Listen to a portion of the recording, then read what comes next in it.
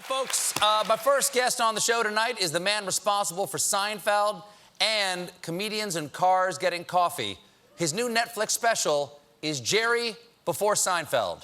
So I'm left-handed. Left-handed people do not like that the word left is so often associated with negative things. Two left feet, left-handed compliment, what are we having for dinner, leftovers. You go to a party, there's nobody there. Where'd everybody go? They left. Please welcome back to the show, Jerry Seinfeld.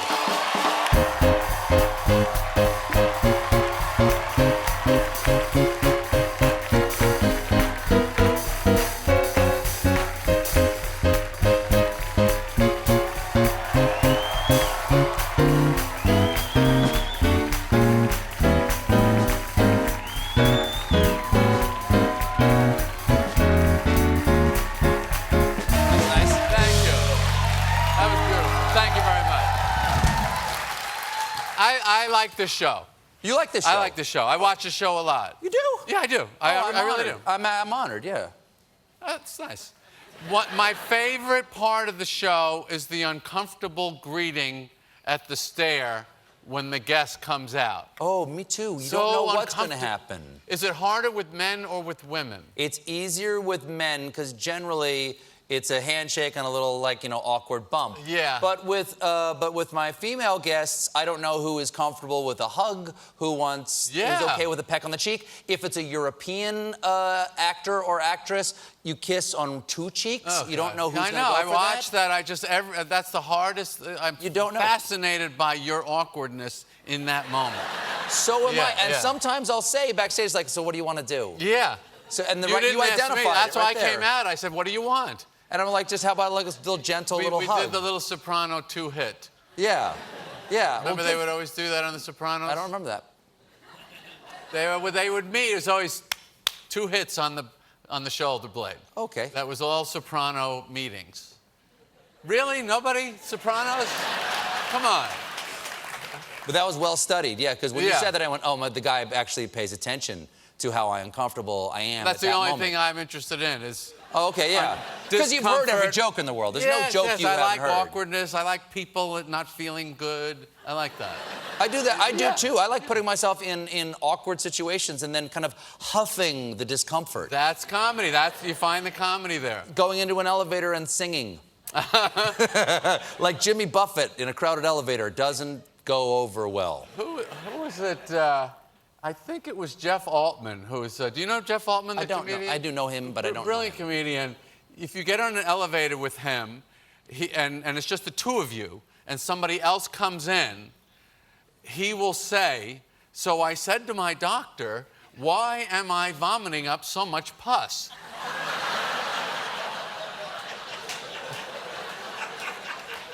That's what he would do to you in an elevator. And then the person in there would just freak out. Oh, my God. I mean, it is so vile that... I mean, just... Sure. Every word in there is so vile. Sure. Yeah. Well, there's something I think I like the leaning into the awkwardness. That's comedy to me because I had a very awkward childhood. Like you saw the photo of me of being an awkward child out here. You're now revisiting before you were famous, Jerry Seinfeld, when you were a working comedian, but not like Jerry. I wasn't working. You weren't working? Well, I was performing, but working is you getting money. I was trying to be a comedian. So that joke we heard you say in the lead-in here when I was announcing you didn't get paid for that joke? No. I did just recently because it's on the Netflix special. So these are literally all the material that you were working at when you were trying to break in? This is the material I wrote from my bedroom where I grew up to the first time I got on Johnny Carson. Everything that got me through the clubs, through all that hierarchy, through all that... a little struggle, which wasn't a struggle to me because I just loved it. I was in it. I just wanted to be in it. But that was the joke that I wrote on a piece of paper, and I said it to 2 friends in college, and I read it to them. I said, what do you think of this? They went, that's funny. Where'd everybody go? They laughed. They went, that's funny. And it was the first time I thought, maybe I could be a comedian. Now, had you shared that? How long had you been husbanding? That's where my started. How long had you been sort of like husbanding that dream, you know, like you've been... Husbanding? It's a... It's a term. I know, to it's giving term birth breeding. to a calf. I mean, exactly. How long had you been nurturing? How long have you been nurturing that dream of being a comedian? Did you tell anybody? In my mind, Yeah. personally, Yeah. probably since 7 or 8 years old. Really? Oh, sure. When I was a little kid, you'd see comedians. When I first saw comedians on TV, I think I mentioned this in the show, I froze solid. I go, this guy just stands there by himself and tells jokes? That's the greatest thing I've ever seen. And did your mom, like your parents, let you stay up and watch like the comedians on Carson or something like that? Because when we were kids, that's the only place you could see them, really. Right. Yeah. Well, or Sullivan Gleason Show or something like that. Yeah. Yeah, yeah. Here in this building, yeah. Yeah. The Sullivan Show. Yeah. My mom would let me stay up of like John Biner or David Brenner or something like that. Did you like stand-up comics when you were a kid? I loved it. I never did it. I was never a stand-up. And It's a certain gene. It's an animalistic gene that pushes you to take that risk, I think. So as a kid, when you're saying, I want to do this, who was the comedian for you? Was there a person? The comedian was Bill Cosby. Of course. Those albums, I had Very never funny heard. fellow, right? Wonderfulness. Why Is There Air? Greatest, what's the word? Body of work. I think in comedy is his. Can you still listen to his comedy? Oh, yeah. Yeah, I grew up on his stuff. Like, I think he saved my life. Right. Because when I was a kid, I had like a tragedy in my life, but for the next 2 years, I listened to Bill Cosby albums every night before going to bed. I would hide the speaker under my pillow so my mom wouldn't hear that I was listening to Cosby every night. You could drop a needle anywhere on those albums, and yet I can't listen to it now. No. I just you can't. I can't separate it. You can't separate it. I can't. Well, to me, it's because there's love there. There's love. There's love there. Yeah, I know it's tragic. Yeah. But comedy, there's a lot of tragedy in comedy. There's comedy because of tragedy. But I mean, there's a lot of people who have tragic lives. Sure.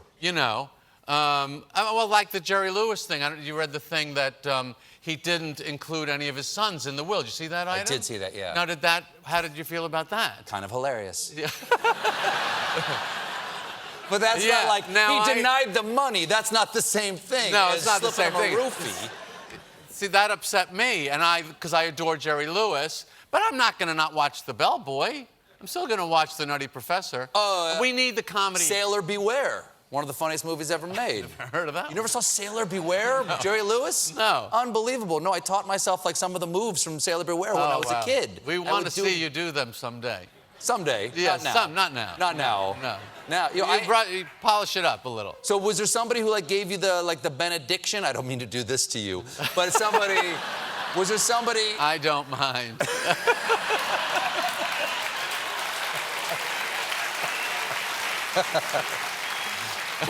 Well, yes. Well, there was a guy. I don't know if the audience remembers Jackie Mason. Sure. Yeah. Okay, so Jackie Mason.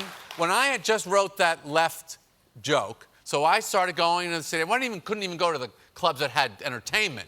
There were restaurants that would have like an open mic talent night, and I could get on there. And Jackie Mason was in the audience. I was doing it like 2 weeks. And this is all true. And he came over to me at the bar after the show, and he said, "You are going to be so successful, it makes me sick." and I didn't know really even what he meant, because I thought, how could he even see anything? I could barely speak.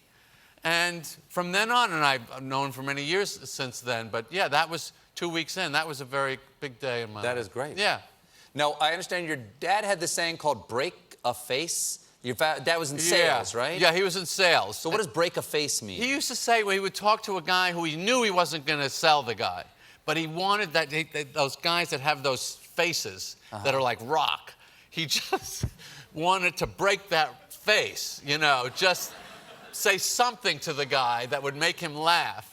It was even better to him than getting the sale. He really had a great comedic gift himself. Did he teach you how to break the face? Did he teach you I don't know jokes if you as a could kid? teach it, but he was a great joke teller. One of the jokes he used to tell me is a man comes home, he goes, his wife is in bed, he goes into the bathroom, there's another man behind the shower curtain, and he says to him, "What are you doing here?" And the man says, "Everybody's got to be somewhere."